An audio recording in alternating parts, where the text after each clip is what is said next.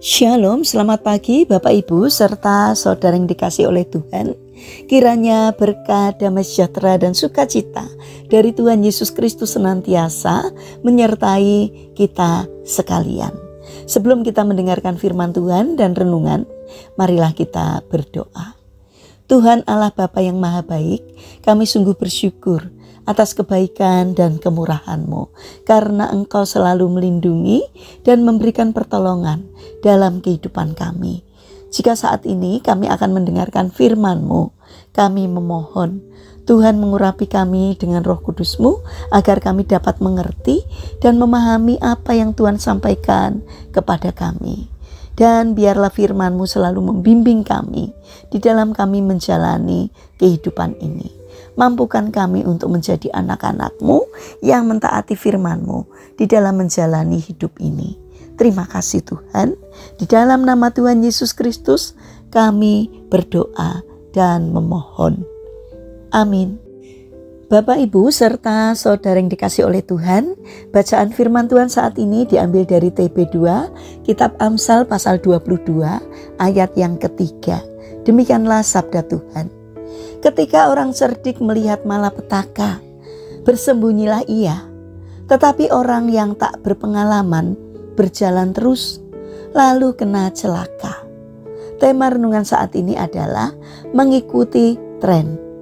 Bapak, Ibu, serta saudara yang terkasih, ada dua orang gadis remaja bernama Joanne dan Grace yang telah menjadi sahabat karib sejak mereka duduk di bangku sekolah dasar. Mereka seperti saudara kembar yang selalu berdampingan. Ketika mereka masuk ke SMA, terlihat perbedaan-perbedaan yang cukup mencolok. Joanne selalu mengikuti tren. Karena itu Joanne lebih banyak temannya. Sedangkan Grace lebih senang berdiam diri dengan kekalemannya. Joanne menjadi idola di sekolahnya karena dengan keceriaannya ia dapat menarik perhatian banyak orang. Sedangkan Grace lebih senang menyendiri dan membaca buku-buku. Suatu hari Joanne diundang ke sebuah pesta yang diselenggarakan oleh pria paling top di sekolahnya, dan dengan senang hati Joanne menerima undangan itu. Grace membantu Joanne untuk berdandan, dan saat Joanne akan pergi, Grace berpesan, "Joanne, jaga dirimu baik-baik di pesta itu." Setelah itu Grace pun pulang ke rumahnya. Sekitar pukul 2 dini hari, telepon di rumah Grace berdering. Grace terbangun dan menerima kabar bahwa Joanne berada di rumah sakit karena kecelakaan. Mendengar bahwa sahabatnya mengalami kecelakaan dan sedang dirawat di rumah sakit, maka Grace segera mengganti pakaiannya dan pergi ke rumah sakit. Setelah sadar, Joanne menceritakan kepada Grace mengapa ia mengalami kecelakaan itu. "Malam itu aku menyadari bahwa aku tidak sanggup pulang dengan menyetir mobilku sendiri. Aku meminta salah seorang dari mereka untuk mengantarku pulang, tetapi tidak ada yang bersedia. Akhirnya aku memaksakan diri untuk menyetir, walau dalam keadaan mabuk. Karena kehilangan kontrol, akhirnya aku menabrak mobil yang sedang berhenti di lampu merah. Aku menyesal karena meneguk segala jenis minuman keras yang disodorkan kepadaku. Kupikir jika aku mengikuti apa yang mereka tawarkan, maka mereka akan menerimaku menjadi bagian mereka. Ternyata kebodohanku itu telah membuat namaku tertulis sebagai remaja yang bermasalah di kantor polisi." Akhirnya Joanne dapat mengambil hikmah dari keinginannya dalam mengikuti tren. Melalui pengalaman pahit itu, ia dapat mengajarkan kepada para pelajar di sekolah-sekolah yang mengundangnya sebagai pembicara tentang dampak negatif dari kemabukan karena mengikuti tren.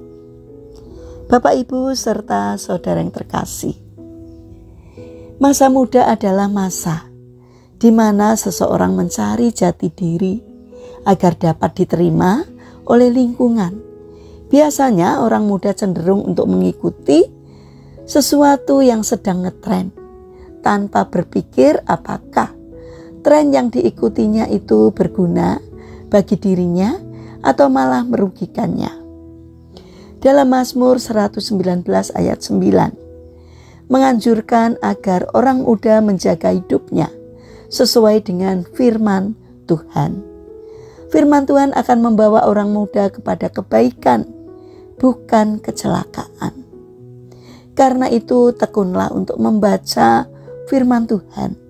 Jadikanlah firman Tuhan menjadi pedoman hidup, supaya kita tidak jatuh dalam pencobaan. Mintalah pimpinan Tuhan, agar setiap hal yang kita lakukan seturut dengan pimpinan Tuhan. Mari kita bangun karakter untuk tidak terpengaruh oleh tren. Karena itu, jadikanlah firman Tuhan sebagai pedoman untuk melangkah dalam menjalani kehidupan ini. Mari kita berdoa. Tuhan Yesus yang Maha Baik, mulai saat ini kami akan memberikan telinga dan mencondongkan hati kami untuk mendengarkan firman-Mu dan nasihat orang-orang yang ada di sekitar kami. Bapa yang Maha Kasih, kami mendoakan bagi mereka yang mengalami permasalahan dan kesulitan hidup. Kiranya mereka tidak menyerah dalam menghadapi kesulitan, melainkan bangkit berjuang. Kiranya Tuhan memberi kemampuan sehingga setiap kesulitan yang dialami dapat teratasi.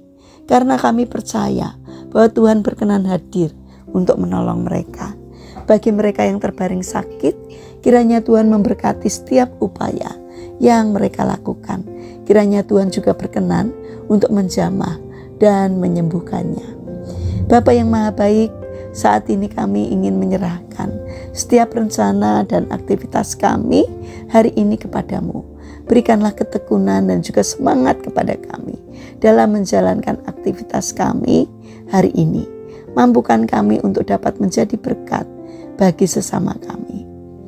Terima kasih Bapa. Saat ini kami mendoakan bagi pemerintahan bangsa dan negara kami.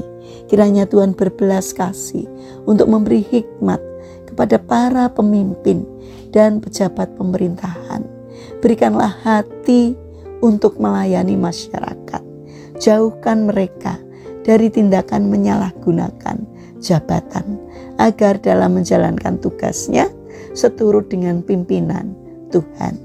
Terima kasih Tuhan, kami percaya bahwa Engkau akan menolong kami.